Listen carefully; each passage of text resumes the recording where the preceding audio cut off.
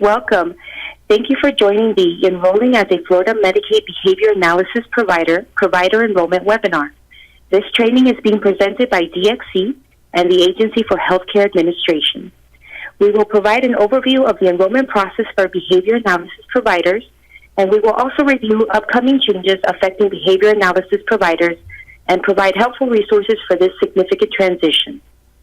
For those of you who have just joined us, the presentation will be posted on the Florida Medicaid's fiscal agent web portal, which is mymedicaid-florida.com. To access the presentation, hover over Provider Services and click Training, then select Presentation. My name is Violetta Tabilo, and I will be your host for this webinar. I am from DXC, the fiscal agent for Florida Medicaid. With me today is also Rhea Gray, a field office manager for the Miami office. She will be presenting later in this webinar. We will review as many of the questions we receive at the end of the presentation. Please note, any questions that cannot be answered during the presentation will be captured and researched, and we will be posting an FAQ document that will answer the majority of the questions that we've already received, but any questions that we do capture will be on that FAQ document and will be responded to there if we cannot answer it during this presentation. Okay, so let's get started. Once again, today's webinar is for Enrolling as a Florida Medicaid Behavior Analysis Provider. Again, my name is Violetta Tabilo, and I am going to provide you with an overview of the enrollment process and application requirements for a behavior analysis provider. During this webinar, we will give a brief overview of the Florida Medicaid Behavior Analysis Program. We will also discuss the enrollment process for behavior analysis providers, as well as specific requirements related to this provider type. Additionally, we will walk through how to complete an online application and how to verify the status of an application, followed by how to remain enrolled in Florida Medicaid. We will also review some of the frequently asked questions that we receive, as well as where providers can go for additional help after this webinar. First, we'll start with an overview of the Medicaid Behavior Analysis Provider type. In the next slide, you'll see the Agency for Healthcare Administration is committed to ensuring that every Florida Medicaid recipient receives the right service at the right time and by the right provider. This presentation provides an overview of the enrollment requirements and process for enrolling as a behavior analysis provider. Before starting the application process, providers are highly encouraged to access the interactive enrollment checklist tool found on the provider enrollment page. To access the interactive enrollment checklist, visit the Florida Medicaid public web portal from the home page, hover over the Provider Services tab, and click Enrollment. Once at the Provider Enrollment page, look under the New Medicaid Providers section and click Interactive Enrollment Checklist. The checklist will furnish the enrollment requirements for each provider type and specialty to successfully complete the enrollment application. When the link from the previous slide is selected, the Interactive Enrollment Checklist panel will display. Applicants must select to bill for services and receive payment directly from Medicaid. Applicants should note when selecting a choice, a following panel will display until the Enrollment Checklist panel is displayed. Here we have an example of the Interactive Enrollment Checklist for Provider Type 39, Specialty 392, Lead Analyst. As you can see, a list of required documents is available to assist the provider in successfully completing the application. Next, let's look at what is needed to complete the online application. There are 5 steps to the enrollment process. First, an enrollment application is submitted on the Florida Medicaid web portal via the online enrollment wizard. Next, the enrollment application is evaluated based on the enrollment goals. If any deficiencies are found, a letter is sent to the provider as a notification for correction. The agency will complete a credential verification process and site visit. Providers will receive a letter informing them of the final status, whether approved or denied. Once the enrollment status is active, the provider will receive a welcome letter, the Florida Medicaid provider ID, and a PIN letter. The final enrollment step is to use the PIN letter to set up a user account for a secure web portal, which allows access to the provider's information and permits billing through direct data entry on the web portal. It is important to note that behavior analysis providers may only apply to become a fully enrolled provider. When enrolling as a behavior analysis provider, there are 4 specialties to choose from. Specialty 390, Registered Behavior Technician. Specialty 391, Assistant Behavior Analyst. Specialty 392, Lead Analyst. And Specialty 393, Behavior Analysis Group. There are limitations for applicants in Miami-Dade and Broward counties that will be reviewed in a later slide. When enrolling, providers must also know which application type they should select. Providers can enroll as a sole proprietor, which is an individual provider who will be providing services to Medicaid recipients, or they may enroll as a sole proprietor, enrolling as a member of a group, which is an individual provider who will be enrolling as a member of a group. Finally, providers can enroll as a group, which is a business entity representing a group of individual Medicaid providers. In this slide, we'll talk about the acceptable enrollment application type that each behavior analysis specialty can enroll as. Specialty Type 390, Registered Behavior Technician, and Specialty Type 391, Assistant Behavior Analyst, may only enroll as a sole proprietor enrolling as a member of a group. Specialty Type 392 Lead Analyst may choose sole proprietor if billing directly, or sole proprietor enrolling as a member of a group. Specialty Type 393 Behavior Analysis Group may only enroll as a group. Reminder, there are limitations for applicants in Miami-Dade and Broward counties that will be reviewed in a later slide. The following documents and information are required to complete an enrollment application regardless of behavior analysis specialty. Florida Medicaid Provider Enrollment Application, Non-Institutional Medicaid Provider Agreement, Proof of Tax ID, Fingerprint-Based Criminal Background Check, and Proof of Certification. The agency intends to partially lift the moratorium for Miami-Dade and Broward County, effective Friday, May 17th. We were recently provided with this information, and the agency is currently drafting an alert to be sent to providers within the next day or so. The partial moratorium lift serves rendering providers seeking enrollment to participate as a member of a provider group that is already enrolled in Florida Medicaid. A rendering provider is defined as either a registered behavior technician, a lead analyst, or a board-certified assistant behavior analyst. Note that the moratorium will remain in effect for group providers seeking enrollment in Miami-Dade or Broward County.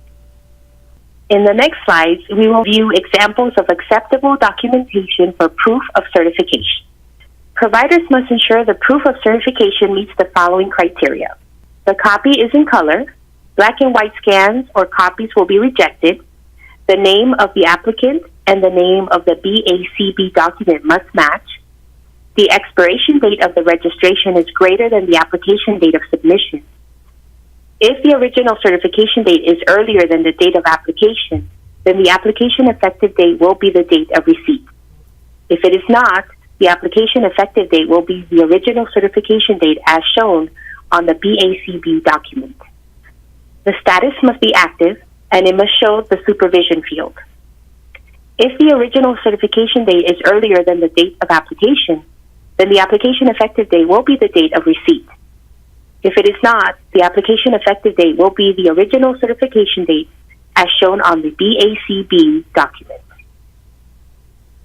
Specialty 390 Registered Behavior Technicians must submit proof of Behavior Analyst Certification Board designation as a Registered Behavior Technician, or a color copy for the BACB website showing the applicant's RBT registration. It is important to note that only a color copy will be accepted. Black and white scans or copies will be rejected. Additionally, the name on the application and the name on the BACB credentialing document must match exactly. When enrolling, the provider will also be required to link to a Medicaid-enrolled behavior analysis group. Specialty 391 Assistant Behavior Analyst must also provide proof of certification by submitting the Behavior Analyst Certification Board designation as a board-certified Assistant Behavior Analyst. The Assistant Behavior Analyst must also link to a Medicaid-enrolled behavior analysis group.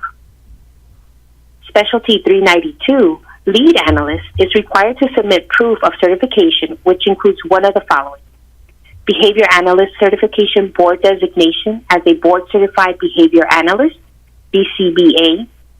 Behavior Analyst Certification Board designation as a board-certified behavior analyst, doctoral, BCBA-D. Florida Certified Behavior Analyst, FLCBA. Florida Licensed Clinical Social Worker, Florida Licensed Mental Health Counselor, Florida Licensed Marriage and Family Therapist, Florida Licensed Psychologist, and Florida Licensed School Psychologist. If enrolling as a sole proprietor, enrolling as a member of a group, lead analysts must link to a Medicaid enrolled behavior analysis group. A site visit is required for providers enrolling as a sole proprietor. As noted in a previous slide, there are limitations for applicants in Miami-Dade and Broward County. Specialty 393, Behavior Analysis Group, will need at least one lead analyst as a group member. Additionally, the group member must be enrolled in Medicaid as a registered behavior technician, assistant behavior analyst, or lead analyst. For billing purposes, each behavior analysis group must submit a list of treating providers within the group. Each of the group's treating providers must be individually enrolled in the Florida Medicaid program by provider type in order to be linked to the group in the Medicaid system. Also, a site visit is required for providers enrolling as a behavior analysis group. This is an example of the RBT board certification. Note that this is a color copy, the status is active, the expiration date is a future date, and the supervision field is included. Similarly, this is an example of a BACB certificate. Again, this is a color copy, the status is active, the expiration date is a future date, and the supervision field is included.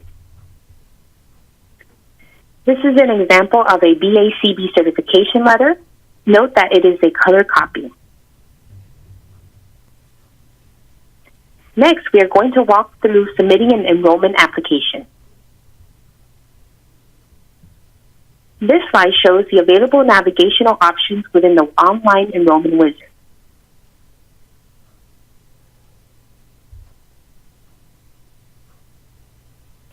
The enrollment application is available on the Florida Medicaid Public Web Portal Provider Enrollment page. From the Public Web Portal homepage, hover over Provider Services tab, then click Enrollment. On the Provider Enrollment page, under New Medicaid Providers, click Online Enrollment Wizard, as shown on this image. The Florida Medicaid Enrollment Provider Application Wizard greets users with a welcome statement panel. This area lists the steps involved in completing the online enrollment process. From the panel, users can choose to create a new application or access one that was previously started. The Enrollment Type Determination panel is where the applicant selects the enrollment type. The selection made on this panel will determine all of the steps that will follow in the application because of the different requirements involved. Note, behavior analysis applicants must select to bill for services and receive payment directly from Medicaid. The Enrollment Type Confirmation panel is where the applicant sees a confirmation message regarding the option that was selected. If a choice was made incorrectly, providers can click Previous, or if correct, click Continue. The Application Tips panel is where the applicant is advised of documentation that will be needed in the enrollment application process. On the Request Type panel, applicants will select the application type appropriate to their provider type and service method. For enrollment, there are 4 options: sole proprietor enrolling as a member of a group, or facility or other business entity. Applicants may enter one specialty. Depending on the specialty selected, a corresponding taxonomy in the taxonomy field is required. Users can select from the drop-down menu next to each taxonomy field to search for the appropriate taxonomy. This panel lists any necessary items that the applicant will need to complete the enrollment process. It is customized by the selections made in the previous panels, including the enrollment type selected. Some of the items listed will not be required. However, providers will be presented with the mandatory panels needed to be completed during the enrollment process. The identifying information panel is where users will enter general information for the provider by either entering it into the fields or selecting values from the drop-down menu. It is important to note that when enrolling as a member of a group, the tax ID type should be the provider's Social Security number. The License and More Identifying Information panel is where a lead analyst who is licensed by the state of Florida provides his or her license information. All other applicants choose Other, Not Required. The enrollment wizard will generate an error if the correct license type and active license information is not entered. If a license is entered, it must also be active. Providers should select Other, Not Required unless in possession of a valid Florida DOH license. The Contact Information panel is where users enter information for the individual who will serve as a point of contact for the provider. The email must be entered once and then re-entered in an additional step to ensure it has been keyed correctly. The Service Location panel is where applicants enter information for the location where services will be rendered. The Mailing Address panel is where applicants enter information for the location they wish to receive legal documents. The Pay to Address panel is where applicants enter information for the location they wish to receive payment. Keep in mind, the address entered in this panel must match the tax ID address. If submitting a W-9 or 147C, the Pay to Address must match the address on the document provided. The Home Corporation Office Address panel offers the option for providers to select a previously entered address or enter a new address if different. When applicants have entered sufficient information in the previous steps of the application, an application tracking number is created. The ATN information panel is displayed. The panel lists the ATN information for the provider and advises them that enough information has been entered to leave and continue the application at a later date, if desired. Note, upon reaching this stage of the process, applicants will no longer be able to change the enrollment type. Any other panels previously updated can still be changed. The Member of the Following Groups panel is where applicants enter information for the group they would like to be a part of. Note, the effective date cannot be earlier than the application submission date. As a reminder, Miami-Dade and Broward County enrolling providers must include a Florida Medicaid provider ID number of an actively enrolled group. Okay, on this slide here, the Owners and Operators panel is where the applicant enters all individuals and entities with 5% or more controlling interest, as well as all managing employees.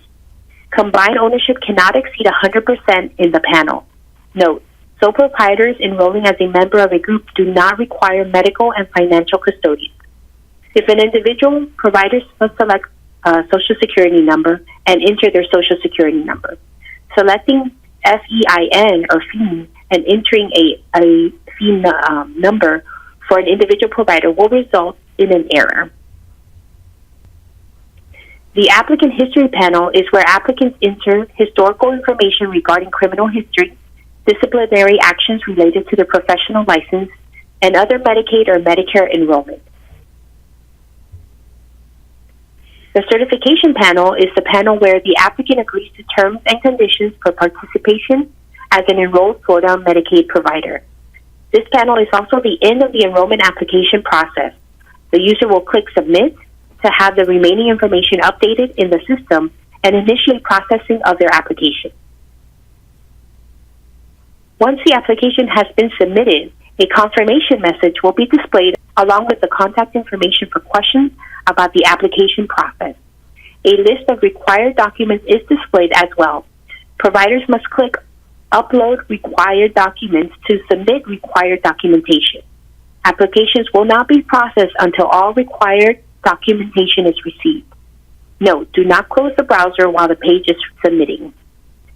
In the next few slides, we will discuss how to verify the status of an enrollment application. How long does it take for an application to be approved? It is important to note that the agency verifies the credentials of all providers applying to the Florida Medicaid program and conducts site visits when required. Due to a high volume of providers seeking to enroll in the behavior analysis program, the length of time an application pens for the credentials verification process is currently at 60 days. For applicants that require an on-site review, a minimum of 60 additional days is added to the processing time. Providers are urged to utilize the enrollment tracking search tool to view and confirm the current status of their application. Applications pending verification by the agency will show a status of state review. After retrieving the status of the application, a web chat is available where providers can chat with a live agent. The agent can answer questions on the status of the application and the deficiencies that need to be resolved. The agency will provide additional information for enrolling providers on what to expect during a site visit after this presentation. To search for your application status, enter your ATN, followed by either the registered business name or last name. Once the correct information is entered, click Search. A search results panel will appear under the Enrollment Tracking Search panel. The status column shows the application status in the first row, followed by each application component status in the following row. Providers are encouraged to use the web chat feature for any questions or concerns regarding their application. To initiate a web chat, click the green button found on the bottom right of the search results panel, and a live agent will assist you with your application questions. An application status is assigned when the application or supporting documentation is deemed invalid. A letter detailing the items to be corrected and resubmitted is sent to the applicant. Deficiencies increase the enrollment application processing timeframe. Most common application deficiencies include missing and/or invalid RBT documentation, such as supplying a BACB email confirmation or not submitting BACB documentation in color, missing background screening, and/or missing proof of tax ID. Applicants must adhere to the documentation criteria previously mentioned in the webinar to ensure their applications are processed without any delays. Applications pending verification by the agency will show a status of state review. State review consists of validating the information provided on an enrollment application and ensuring that all requirements for enrollment are met. There is a special emphasis on the BACB certification and expiration dates, and any prior history with the applicant and Medicaid or any other state agency. State review includes an on-site visit or face-to-face interview, if required for the provider type. More information on site visits will be provided later in this webinar.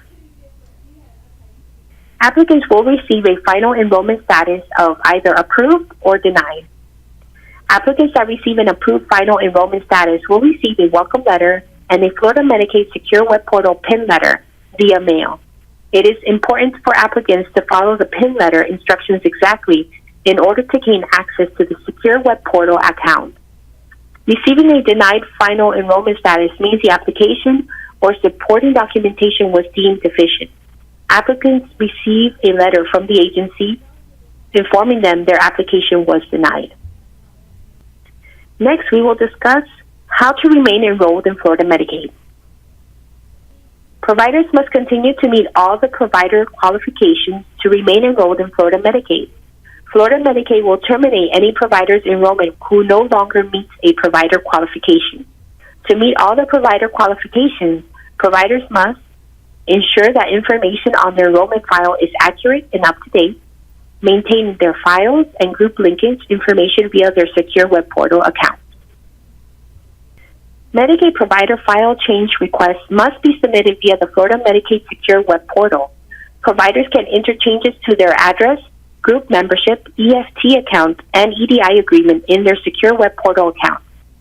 All other change request types must be submitted using the Trade Files Upload panel in the Secure Web Portal. Access the File Upload panel by visiting the Florida Medicaid Secure Web Portal and using the appropriate account credentials to log in.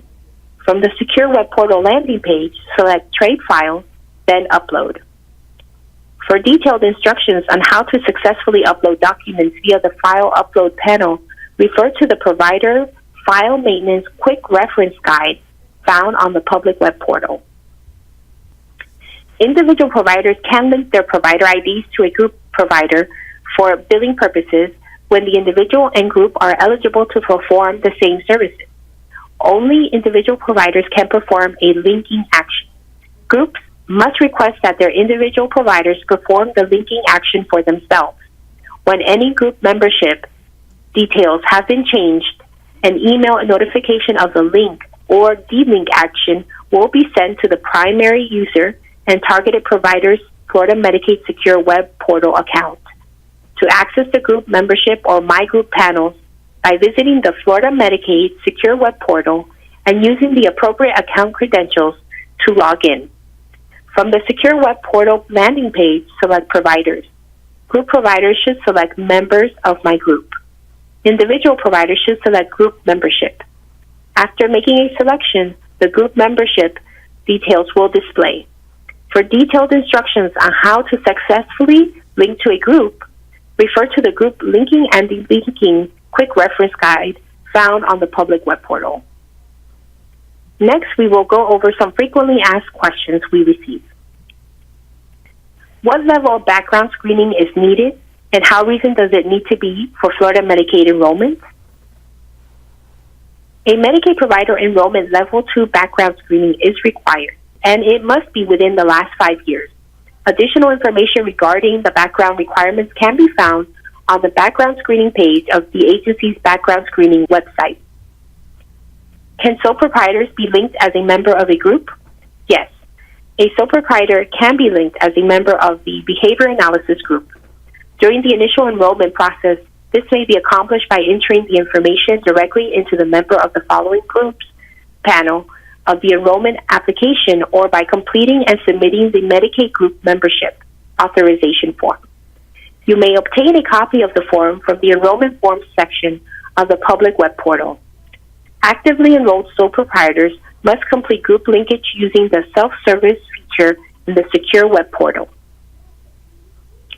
Will the group enrollment application need to be activated before the group's members submit their individual applications?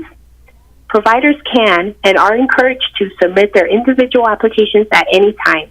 However, providers enrolling with Specialties 390, Registered Behavior Technicians, and 391, Assistant Behavior Analysts, must wait until the group they are affiliated with or plan to link to has successfully enrolled in order to submit claims for reimbursement. We would now like to turn the presentation over to Rhea Gray. Again, Rhea Gray is the field office manager for the Miami office here in AHCA office here in Miami, so she can do her portion of the presentation.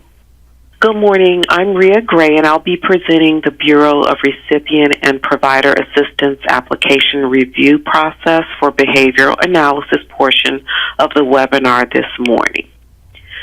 We'll begin with a process overview.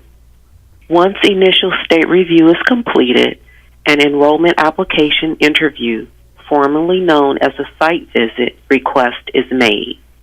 The review is assigned to the appropriate Medicaid field office and to a Medicaid employee. The employee initiates contact with the provider via email using the email from the application to schedule the interview. Upon completion of the interview or inability to complete the interview due to provider non-participation, the Medicaid employee makes an initial recommendation, which is reviewed by Medicaid leadership. Upon completion of quality assurance, the recommendation is sent for final processing. Email communication expectations.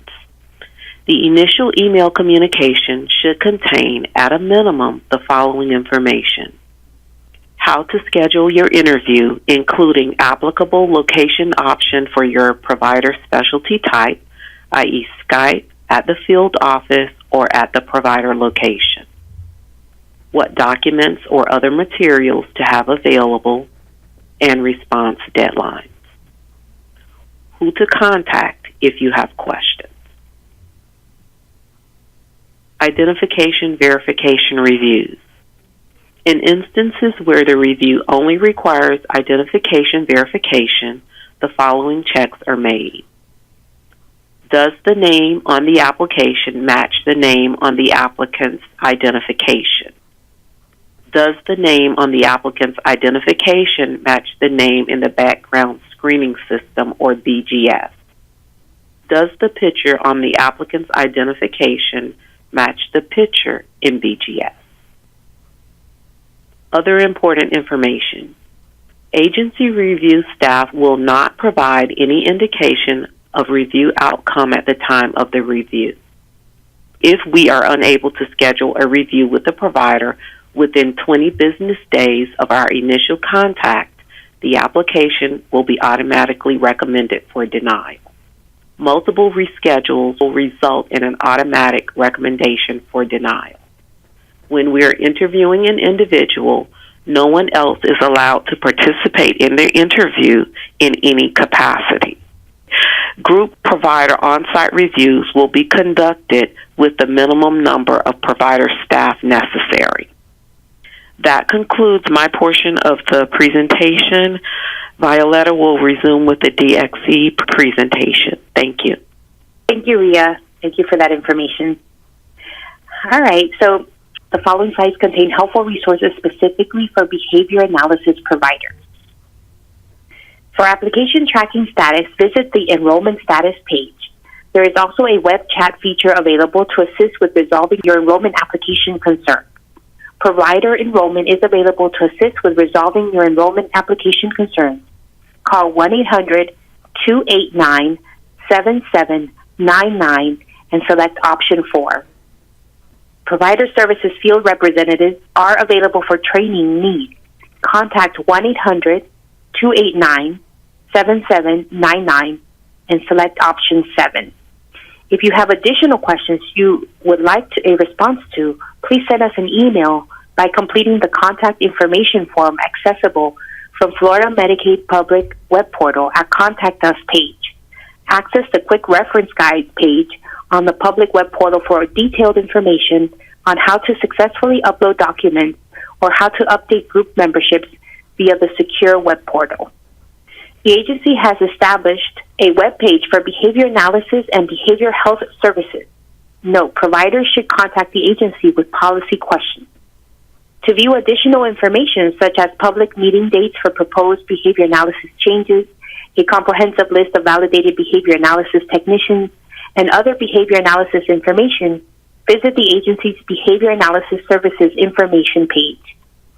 To review a copy of the draft behavior analysis coverage policy, please visit the agency's Medical and Behavioral Health Coverage Policy page. To view policy development and administered services via the Behavioral Health and Health Facilities Unit, visit the Behavioral Health and Health Facilities page. To view information for entities licensed for healthcare services provided to individuals and tender charges for reimbursement for such services, Healthcare Clinics page. The Healthcare Clinics page also contains links to applicable statutes and rules, application form for licensure and exemption from licensure survey regulation sets, a set of frequently asked questions, and contact information. During this webinar, we went over a brief overview of the Florida Medicaid Behavior Analysis Program. We also discussed the enrollment process for behavior analysis providers, as well as specific requirements related to this provider type. Additionally, we walked through completing an online application and how to verify the status of an application, followed by how to remain enrolled in Florida Medicaid. We also reviewed some of the frequently asked questions that we've received, as well as where providers can go for additional help after this webinar. So once again, thank you for joining us today and have a wonderful day.